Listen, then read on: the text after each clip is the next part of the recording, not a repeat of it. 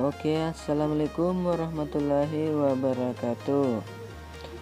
Oke guys, kembali lagi dan bertemu lagi bersama aku Sahrul Ckn. Oke, di video tutorial kita kali ini aku akan membahas tentang tutorial membuat logo spektrum seperti logo dari Trap Nation ya. Ya, logonya itu bundar dan bisa dipakai di aplikasi AV Player untuk kemudian dijadikan sebagai beat di aplikasi tersebut. Nah, di sini saya akan menjelaskan mulai dari awal sampai akhir cara membuat logo tersebut.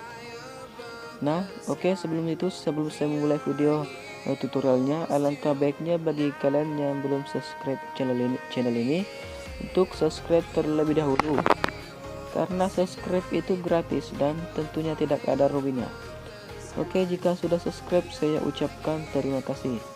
Dan langsung aja kita ke tutorialnya.